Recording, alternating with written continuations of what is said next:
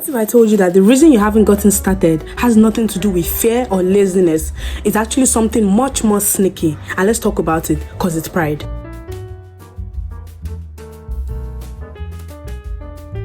Hello everybody, welcome to my channel, and if you are new here, we talk about personal growth, breaking barriers and growth mindset. This is episode 2 of the Why Can't I Get Started series, and episode 1 we talked about imposter syndrome and how it could stop you from actually getting started on working towards your dream. But today we'll be talking about the second most important reason why you might not be getting started, and this is pride. If this applies to you, keep watching to find out. When I say pride, this is what I mean. If you've ever felt like starting on your goals or working towards your goals will affect your ego or your image or how people will see you in any way or how you're going to look like in any way, then this episode is for you. Let's go to chapter 1 and let's talk about how pride actually manifests in this context, because I'm sure you have different ideas of what pride is and what you've heard pride is, but in this context, let's talk about what pride looks like. I'm sure when you think about pride, you think about someone that is confident and full of accomplishments and probably a little overboard on the whole confidence thing. But what if I told you that pride could actually manifest in the opposite way? Let's say you want to start something new. Perhaps you have like a goal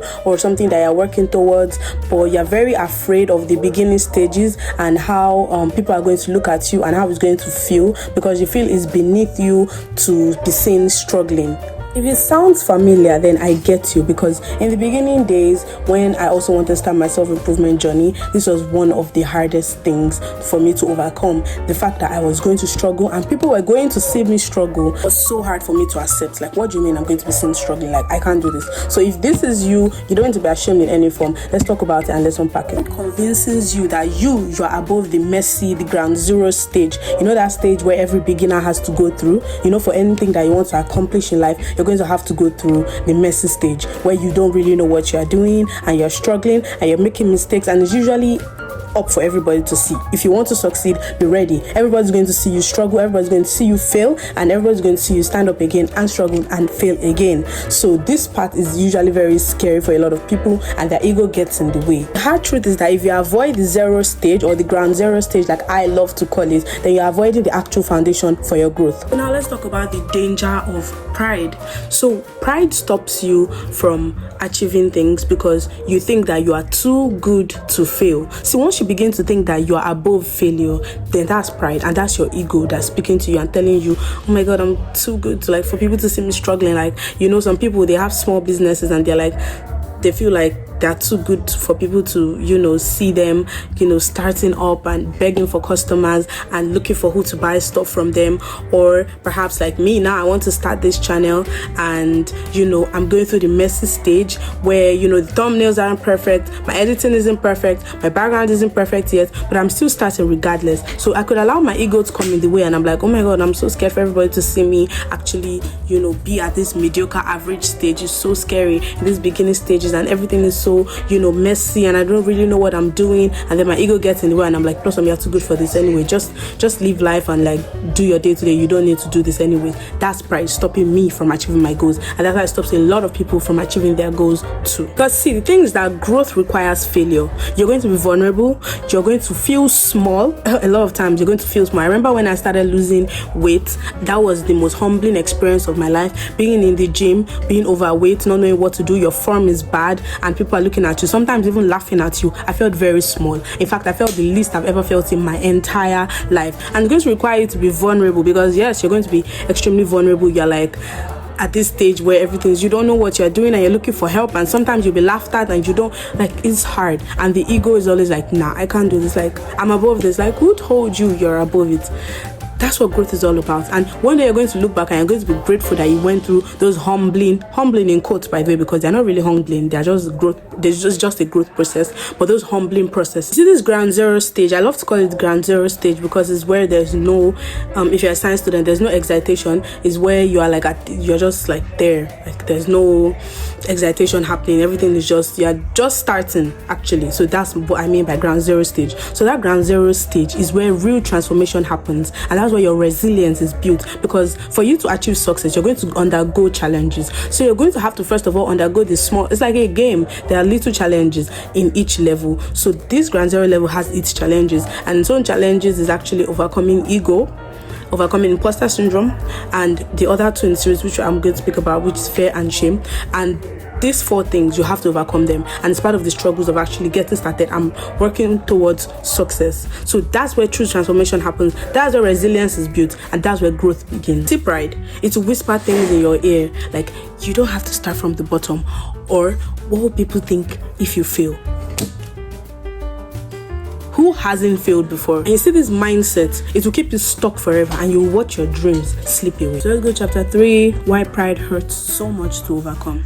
So pride doesn't come alone. It comes with a lot of other heavy hitting episodes or other heavy hitting emotions like fear and shame, which we'll cover in the next 3 and 4 episodes of this series. Breaking free from pride is very hurtful because it requires hit to your ego. As in, like I've said before, you'll feel humiliated, you're going to feel vulnerable, you're going to feel small. But the thing is that this is the fertilizer for your growth, and this is fertilizer for you to actually become confident in yourself. Because funny enough, the more hits to your ego you have, the funny thing is that, and this actually sounds like the opposite, but the more self-assured you're going to be, because you've seen yourself go through this small moment and you've seen what you've become out of it, and it just reaffirms you. A lot of people think, no, it's going to like make me feel worse, but no.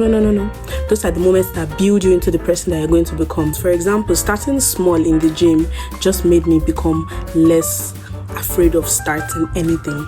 It helped me to understand that anything that's worth achieving is, you're going to go through some pain, you're going to go through some humiliation, especially if you're just starting. And it built up my character, built up my resilience, and built tough skin for me towards criticism from others and how people view me. It really matters less than it used to matter to me before. It's like a butterfly transforming from its cocoon. For you to get better, you're going to let go of what holds you back. In this instance, that's pride. Let's talk about how to overcome pride. There are 4 steps that I know definitely works in overcoming pride, and if you follow them, before you know it, you're going to be free of ego and pride and everything that's holding you back in this aspect. Number 1, identify where pride shows up in your life. Take a step back and take a honest look at your life, and watch out for parts where you are afraid to seem like a beginner. Any part that you're afraid to be seen as a beginner or to be seen as small, that's definitely where ego is holding you back from growth. Put yourself in humbling situations and stick with it. Growth is messy, growth is humbling, and growth requires you to be vulnerable, like I've said before. So the ability for you to be in humbling situation, face it, and most importantly, don't give up or don't back down, will really propel you towards growth. Because like I used my gym example, when I went to the gym, it was tough in the beginning. It was tough. I was uncomfortable in those clothes because you have to wear gym clothes, and I was overweight and uncomfortable in those clothes, and it was tough. I didn't know what exercises to do. I felt like everybody was looking at me and I was ridiculed, and I don't know, I just felt so uncomfortable and so shy and so vulnerable, and my most vulnerable coming from somebody who had felt mostly confident all her life. But that was one of the most humbling moments of my life. But going through that process, oh my god, I'm very proud and I'm very happy I went through that process, because the way I felt when I came out of it is in such a way that not really anything, like barely anything, can bring me down and bring my confidence down like it used to before. So my 3rd step is reading books. Again, I'm a big fan of reading books and consuming information. Read books on humility and read books on overcoming pride, and this will open your eyes to how humility actually strengthens you and doesn't look like a weakness, and to help you understand how your ego is holding you back from success. First tip is prayer and meditation. Whether it's prayer, whether it's meditation, whether it's mindfulness, these things remind you that there are things bigger than your ego and might help you to let go of your ego. So this is the first step that I highly believe in. It is definitely a strong barrier that prevents someone from reaching their growth, but once you let go of the need to have this perfect image, or to not start small, or to not be seen as vulnerable or small in the public eye, then you're going to propel yourself towards success. Remember that the ground zero stage is not failure, it's the foundation for success. So you have to embrace it, and that's the only way that you're going to achieve growth and success. If you've watched this far, thank you very much for watching. Please like, comment, and share. Subscribe if you haven't subscribed before, and turn on post notifications. Follow me on all my socials: Instagram, TikTok, LinkedIn, and Twitter. And you can come again for the remaining part of the series and watch any of my other videos. Thank you for watching. Bye.